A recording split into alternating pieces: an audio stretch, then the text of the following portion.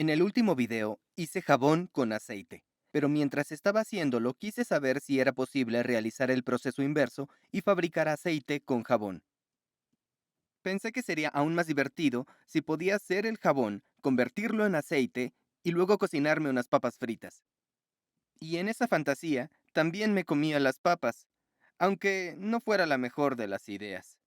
Como sea, este video es pura diversión y exploración de la ciencia más allá de este proceso. Hacer jabón con aceite es un proceso muy directo y bastante fácil.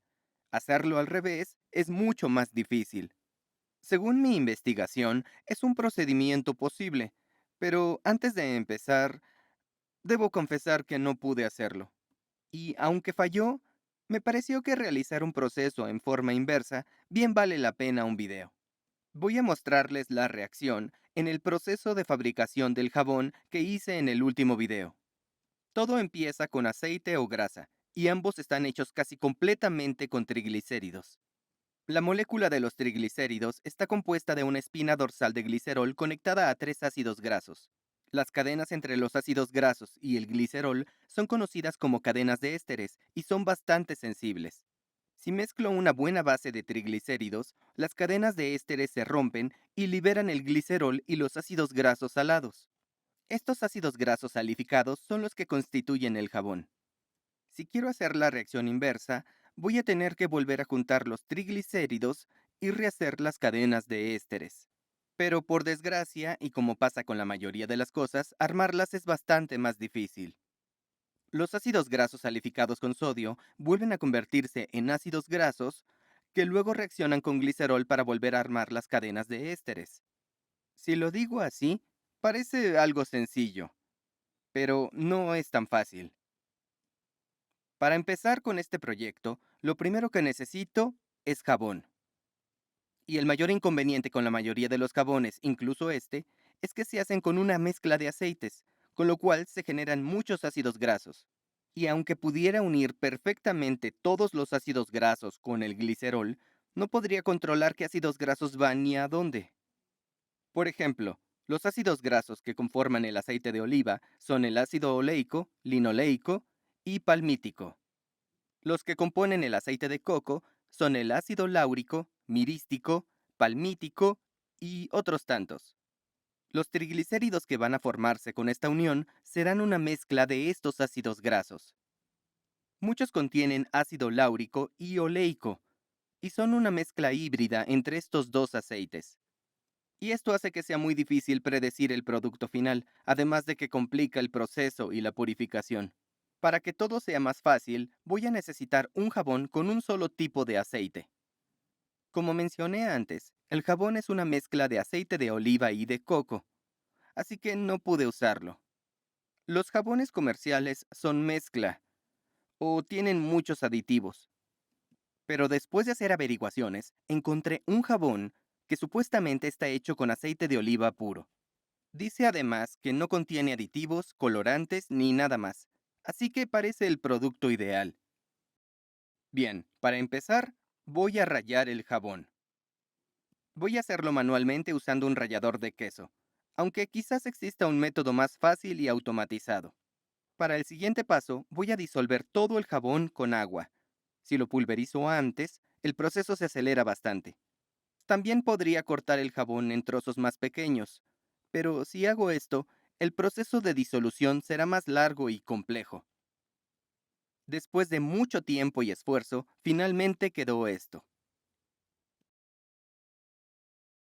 Después agregué un poco de agua destilada al jabón.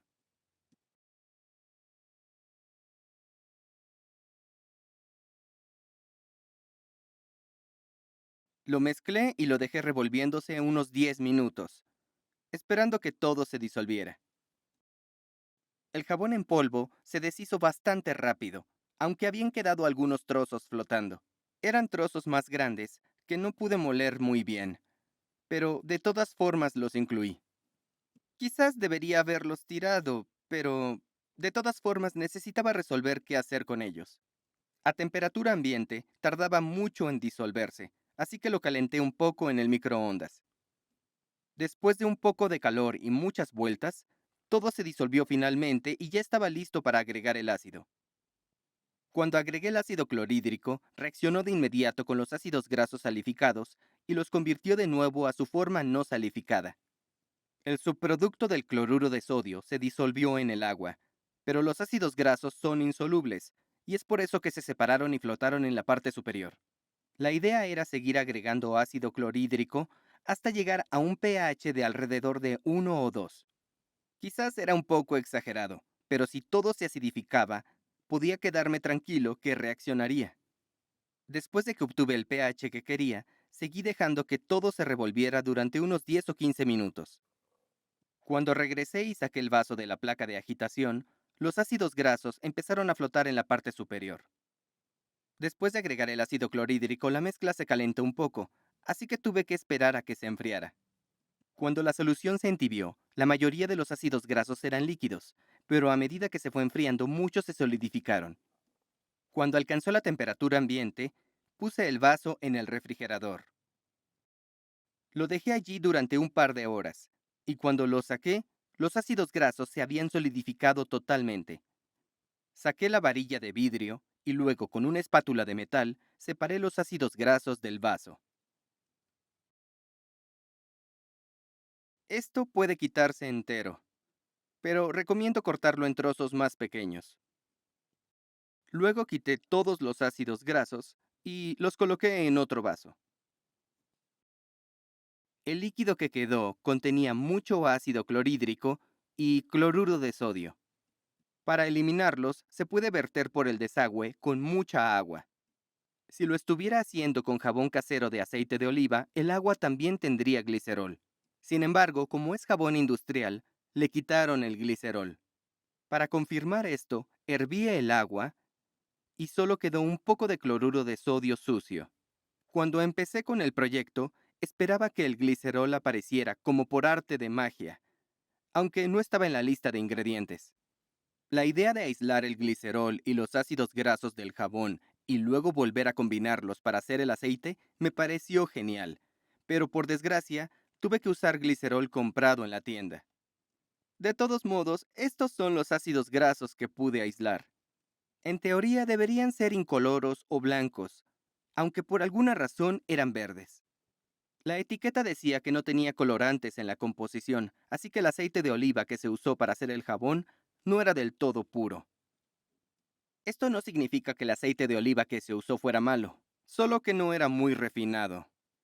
De todas formas, necesitaba conectarlos con el glicerol para hacer los triglicéridos. La forma más común de hacerlo es que los ácidos grasos reaccionen con el glicerol a una temperatura alta con un catalizador ácido o base. Después de haber investigado un poco, encontré un artículo que hablaba del uso del cloruro de zinc como catalizador ácido y de cómo se probaron distintas condiciones de reacción. Fue muy útil y además compartían las condiciones óptimas para hacer los triglicéridos. Para empezar, encendí la placa caliente a baja temperatura y derretí los ácidos grasos. Cuando todo quedó líquido, empecé a agregar el glicerol. Cuando terminé de agregarlo, le puse el cloruro de zinc. Calculé la cantidad de catalizador que necesitaba con la masa de ácidos grasos, pero la cantidad de glicerol necesaria era un poco más difícil de calcular. No tenía idea de la composición exacta de estos ácidos grasos, así que supuse que era todo ácido oleico. El ácido oleico es el ácido graso más abundante en el aceite de oliva, pero nunca llega al 100%, así que las cifras no van a ser exactas. La cantidad de glicerol que iba a calcular era un poco menor de la ideal, pero no fue un problema. Para esta reacción, utilicé menos glicerol del necesario para asegurarme de que los ácidos grasos siguieran siendo mayoría. De esta manera potencié la formación de triglicéridos en lugar de diglicéridos o monoglicéridos. Así que, además del cálculo menor de glicerol, le quité otro 10%. Y cuando terminé de agregar todo, subí el nivel de calor. Comencé a preocuparme por si salpicaba algo, y para estar seguro, transferí todo a un matraz de Erlenmeyer. Ahora el objetivo era calentar todo a 195 grados Celsius y mantenerlo allí unos 100 minutos. En teoría, esta debería ser la reacción. Cuando le sumamos un catalizador ácido, el glicerol reacciona con tres ácidos grasos y forma el triglicérido correspondiente, además de agua como producto secundario. La única desventaja es que la formación de ésteres catalizada por ácido es una reacción de equilibrio. El agua que se forma puede volver a hidrolizar los ésteres y llevar la reacción en la dirección contraria. La forma principal de evitarlo es haciendo la reacción a una temperatura muy alta. A casi 200 grados Celsius, cualquier agua se evapora casi de inmediato. Sin el agua, la reacción no puede dar marcha atrás y todo debería canalizarse a los productos lentamente. Si pensamos en el mecanismo, es una típica formación de ésteres catalizada con ácido, así que voy a contarles cómo sucede. En el primer paso, el ácido graso es protonado por el catalizador ácido. Luego, el intermediario protonado es atacado por el glicerol. Hay una transferencia de protones, lo que lleva a la formación de un grupo de agua. Los electrones del oxígeno se mueven para volver a formar el enlace doble y eliminar el agua. Se recoge el hidrógeno que hay en el oxígeno, regenerando el catalizador ácido, y la reacción se repite 2 veces más hasta formar el triglicérido. Finalmente llegué a los 195 C y encendí el temporizador para que marcara los 100 minutos.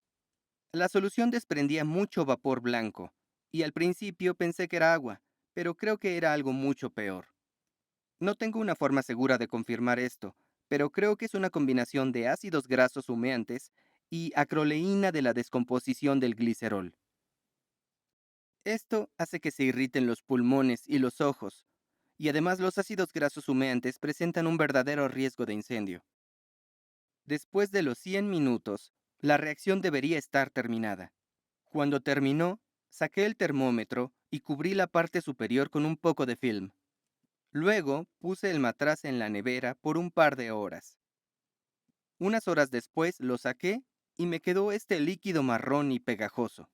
Esto fue bastante alentador, porque comencé con ácidos grasos que eran sólidos a temperatura ambiente y ahora tenía un líquido a temperatura de refrigeración. Así que, al menos, logré un tipo de reacción química. Para averiguar si realmente había fabricado un triglicérido, tendría que procesarlo un poco. Lo primero que tenía que eliminar era el catalizador de cloruro de zinc. El cloruro de zinc es muy soluble en agua. Eliminarlo debería ser bastante fácil. Es clave recordar que esta reacción es reversible, así que al agregar el agua deberíamos obtener hidrólisis de ésteres. A temperatura ambiente y con condiciones tan diluidas, no tendría que ser un problema, aunque de todas formas debería hacerlo lo más rápido posible. Transferí todo a un embudo de decantación grande y luego esperé a que las capas fueran separándose. Eliminé la capa de agua inferior que contenía el cloruro de zinc. Luego transferí el aceite a un matraz pequeño y preparé todo para una destilación al vacío. En teoría se puede hacer sin vacío, pero se necesitan temperaturas mucho más altas. Aislé el matraz con papel de aluminio y aumenté el calor. Si realmente pude generar triglicéridos en esta reacción, el principal debería ser la trioleína.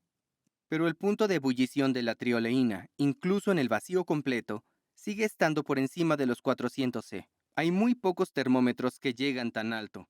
El que tengo solo alcanza los 250 C. Por esta razón, no pude usar un termómetro, y esto complicaba un poco las cosas.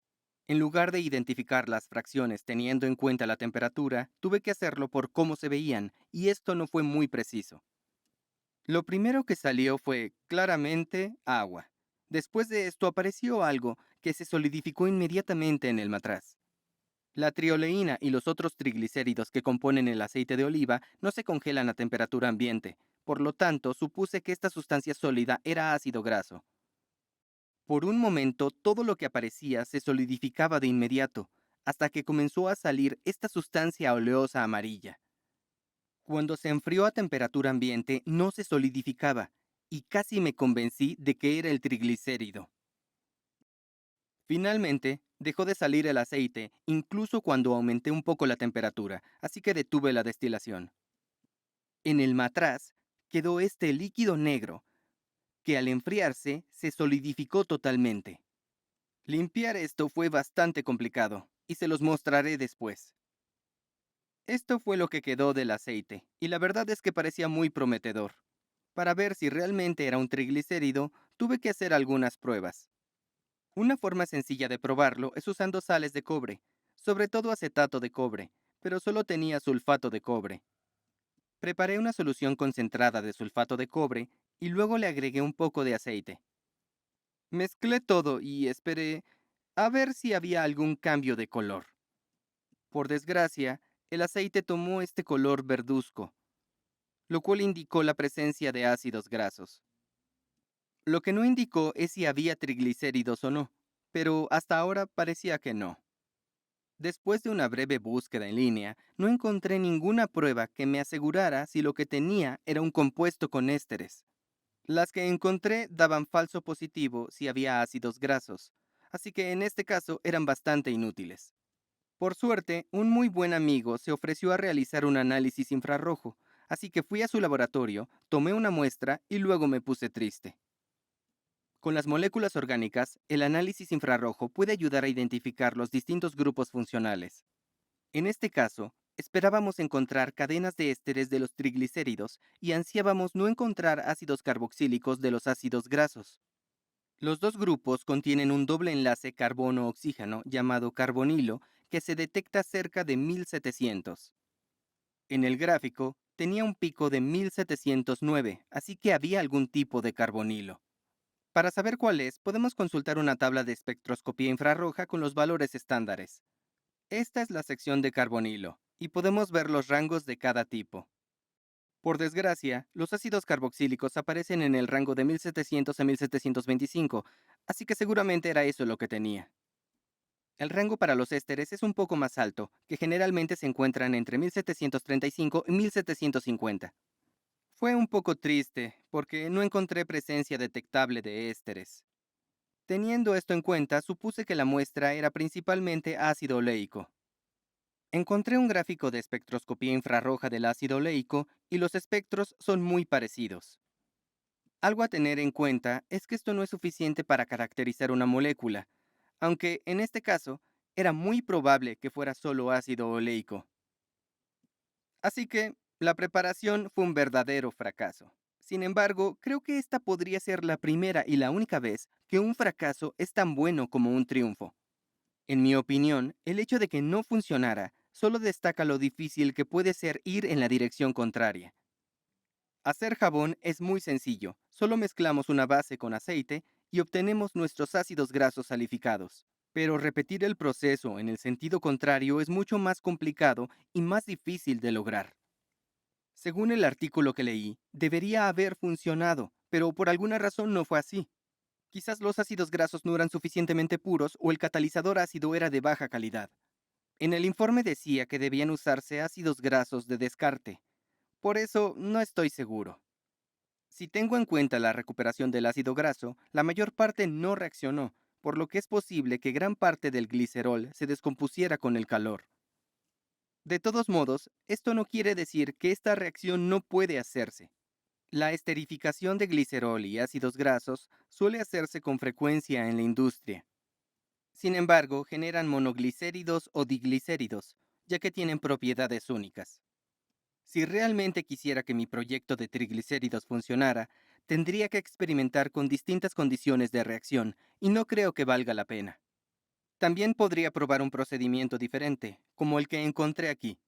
En lugar de cloruro de zinc, utiliza ácido p-tolueno sulfónico como catalizador, tetrahidrofurano como solvente y matices moleculares como agente secante. Algunos quizás se pregunten cómo hacen los animales o las plantas, y es mucho más complicado. Este es el camino que se utiliza, al menos en los humanos. No es algo simple de hacer en un matraz, como intenté en el video. De todos modos, y me estoy yendo de tema, pero si están interesados, me gustaría mostrarles ciertos procesos enzimáticos en el futuro. Después de este fracaso, me quedé triste, porque no pude hacer aceite para mis papas fritas. Sin embargo, decidí hacerlo de todos modos con los ácidos grasos. Corté una papa, calenté el ácido oleico e intenté cocinarla. La cantidad de vapor de ácido graso y acroleína que se estaba liberando era bastante molesta. Tuve que usar una máscara y mantener todo ventilado, porque si no, iban a empezar a arderme los ojos. Después de unos minutos de cocción, las saqué y parecían bastante ricas. A pesar de que se veían muy bien, sabía que no tendrían buen sabor, así que no las probé. Como mencioné antes, limpiar esto fue bastante molesto, y para sacar todo, tuve que usar una pistola de calor. Las imágenes son graciosas, y no creo que tenga que decirles lo que realmente parece. Cuando saqué todo lo que pude, lo dejé en un baño de base por una semana y luego pude enjuagar el resto.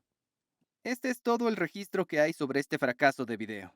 Cuéntenme qué piensan sobre este tipo de procesos exploratorios y si les gustaría verme publicar más en el futuro. Un enorme agradecimiento a todos mis seguidores en Patreon. Los que me apoyen pueden ver mis videos 24 horas antes de que los publique en YouTube y también pueden contactarme directamente. Los que me apoyen donando $5 o más también verán su nombre al final del video. En el último video, les pedí que enviaran música para la cortina final, pero quizás no quedó muy claro. No es que esté buscando una cortina definitiva, porque pienso cambiar la música en cada video. Mucha gente ya me envió sugerencias, y voy a empezar a incluirlas desde el próximo video.